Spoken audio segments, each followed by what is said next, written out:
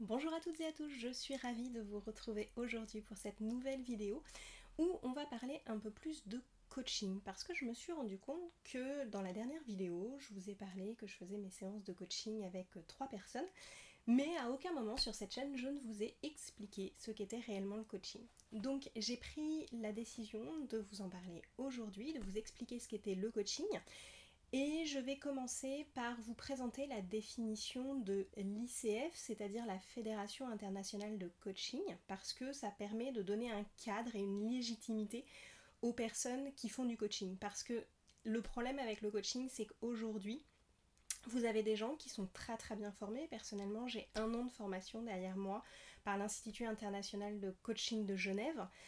Et du coup, j'ai une véritable formation. Vous avez aussi des gens qui vont avoir fait 4, 5, 10 jours de formation et qui vont pouvoir se dire coach. Donc là, moi, j'ai une formation qui est reconnue par la Fédération internationale de coaching, ce qui me donne un cadre très défini pour exercer le coaching.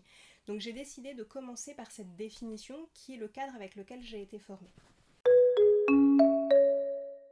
Alors, je ne l'ai pas apprise par cœur pour être très honnête, donc je vais prendre mon téléphone.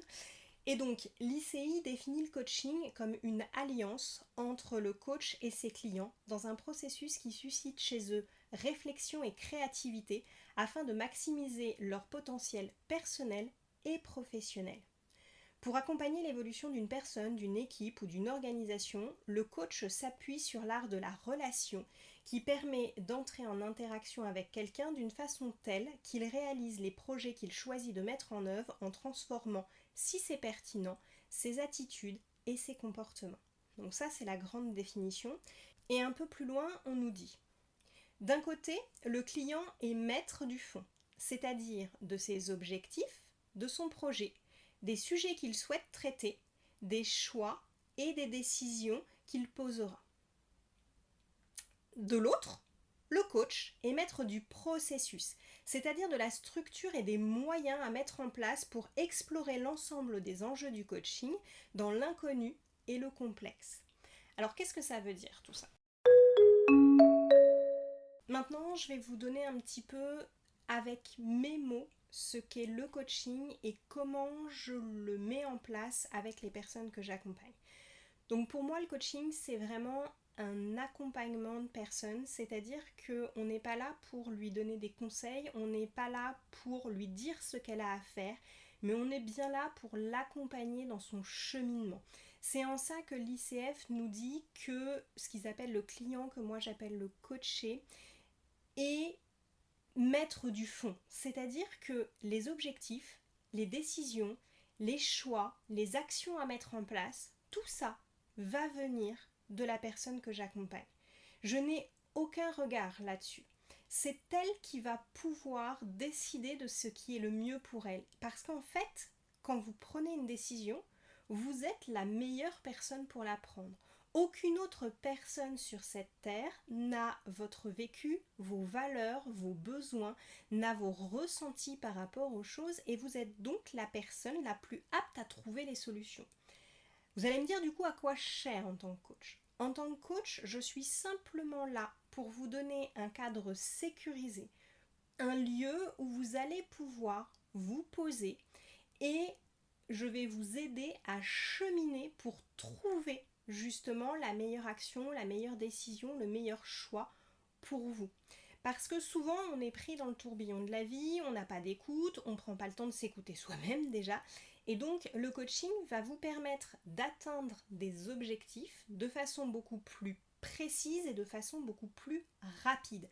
Parce que justement, le fait d'avoir des séances régulières de coaching va vous permettre de pouvoir prendre le temps de bien définir le cadre de vos projets, de voir quels sont les freins, les difficultés internes et externes qui vont apparaître pendant la mise en place de ce projet. On va aussi pendant le coaching aller chercher vos ressources, vos talents qui sont souvent sous-estimés, voire même ignorer complètement. Et donc, on va pouvoir ensemble aller les découvrir. Et ça, c'est génial. J'adore que les personnes découvrent de nouvelles choses sur lesquelles elles sont douées et sur lesquelles elles ne s'appuyaient pas. Et puis, le coaching va vous permettre, de par ces séances régulières, de garder la motivation. Parce que des fois, quand on a un projet qui prend plusieurs semaines, voire plusieurs mois, on peut bien sûr souvent avoir des hauts et des bas. Et des fois, on s'arrête dans les bas. Alors que simplement, avec une petite séance de coaching, c'est reparti, vous reprenez l'élan, on retravaille ce qui vous bloque et puis on les dépasse. Et ça, c'est absolument génial. Et donc, c'est ce qui explique qu'en fait, quand on fait du coaching, quand on a un projet, quand on a un objectif, on va le réaliser en un temps minimal. C'est pour ça que la plupart maintenant des grands chefs d'entreprise, des sportifs, ont des coachs parce qu'en fait, le coach va nous permettre de compresser le temps.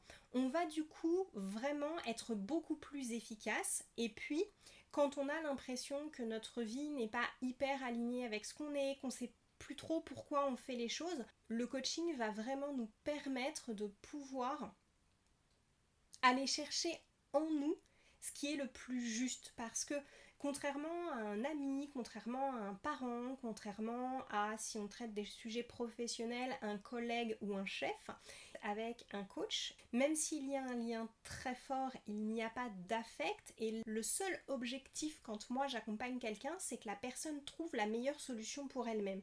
Et je suis parfaitement consciente, comme je l'ai dit au départ, que je n'ai pas son vécu, je n'ai pas toute son histoire, donc je n'ai pas la solution. Je peux l'aider à trouver toutes les possibilités, qu'elle puisse dedans choisir ce qui lui correspond le mieux, mais je n'ai en aucun cas la prétention de lui donner la solution. Par contre, je vais pouvoir créer un cadre, un lieu, lui proposer des exercices, du questionnement qui va lui permettre de trouver pour elle la meilleure solution. Donc en fait, je m'efforce le plus possible d'apporter un cadre sécurisé, bienveillant, dans lequel la personne va se sentir en confiance pour qu'elle puisse aller découvrir, explorer les meilleures méthodes pour atteindre son objectif. C'est grâce à de l'écoute, à du questionnement, à un climat de confiance, à de la régularité, à la mise en place d'actions régulières que le coaché va pouvoir se découvrir, si besoin affiner son projet et surtout le concrétiser. Et ça c'est génial parce qu'on voit des personnes vraiment qui découvrent leur potentiel, qui mettent en place leur projet alors que des fois elles arrivent avec un objectif en n'étant vraiment pas sûres de ce qu'elles veulent. Elles vont vraiment l'affiner, elles vont se découvrir des capacités absolument incroyables et mettre en place des actions qu'elles n'auraient peut-être jamais pensé mener pour atteindre vraiment l'objectif qui les faisait rêver. Et ça c'est incroyable. J'avoue que c'est vraiment un métier qui est génial de ce côté-là. Parce que nous, simplement en fournissant des exercices, un cadre, du questionnement pertinent au bon moment, c'est vrai que c'est surtout ça, un coach, c'est d'être capable d'écouter la personne et de lui poser la bonne question au bon moment pour qu'elle puisse prendre conscience de ce qu'elle est capable de faire. Eh bien, on va pouvoir voir la révélation dans les yeux des gens, la mise en place de leurs plus grands projets parfois, et ça c'est hyper agréable.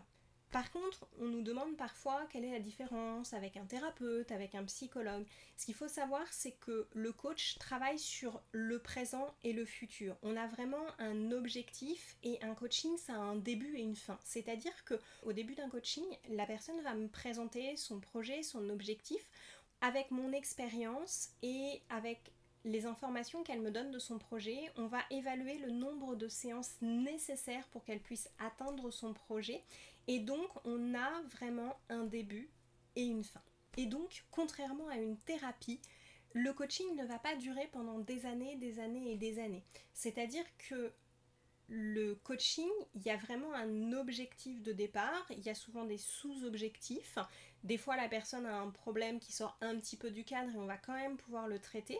Mais vraiment, on a une ligne directrice avec un point de départ, un point d'arrivée, un nombre de séances définies. Et donc, on a vraiment ce cadre temporel. Donc voilà, j'espère que ça vous aura éclairé sur ce qu'est le coaching quand il est vraiment fait de façon professionnelle. Ça vous aura aussi donné des informations sur comment je travaille. Sachez-le, vous avez la possibilité avec moi de profiter d'une première session de 30 minutes que je vous offre parce que le coaching, c'est un feeling, c'est une relation, c'est un échange. Et donc on a besoin de se sentir en confiance.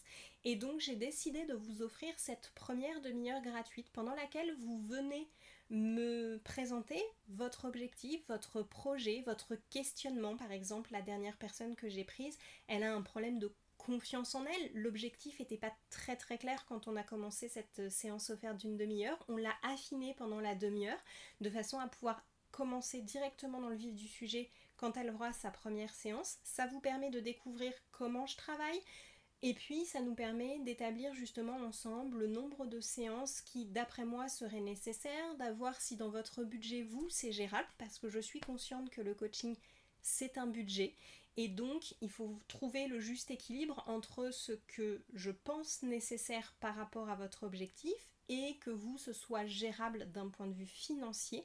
Et donc tout ça on peut en parler pendant la première demi-heure et vous ça vous permet de voir comment nous pourrions travailler ensemble et ça c'est extrêmement important parce que comme je le disais il faut un certain feeling, il faut de la confiance, il faut se sentir bien pour être prêt à faire du coaching et donc c'est pour ça que j'ai décidé de vous offrir les premières 30 minutes de façon à ce que vous puissiez venir tester, voir si c'est pour vous et voir quel projet vous voudriez que je vous aide à réaliser dans les plus brefs délais.